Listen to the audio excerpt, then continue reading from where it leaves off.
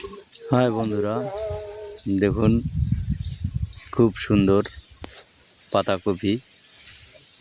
এখানে সুন্দর বেগুন এবং ফুলকপিও হয়েছে অনেকগুলি। সত্যি দেখে ভিডিও করলাম আমাদেরই এখানে এক বাড়িতে। তো খুব যত্ন করেন ওনারা, খুব দেখে সুন্দর লাগলো। এগুলি জৈব সার দিয়ে তৈরি, কীটনাশক ঔষধপত্র না দিয়ে এগুলি বাড়িতেই লাগানো হয়েছে। খুব সুন্দর, অসাধারণ, অজস্র পরিমাণে হয়েছে। দেখে থাকতে পারলাম না, তাই ভিডিওটা করলাম।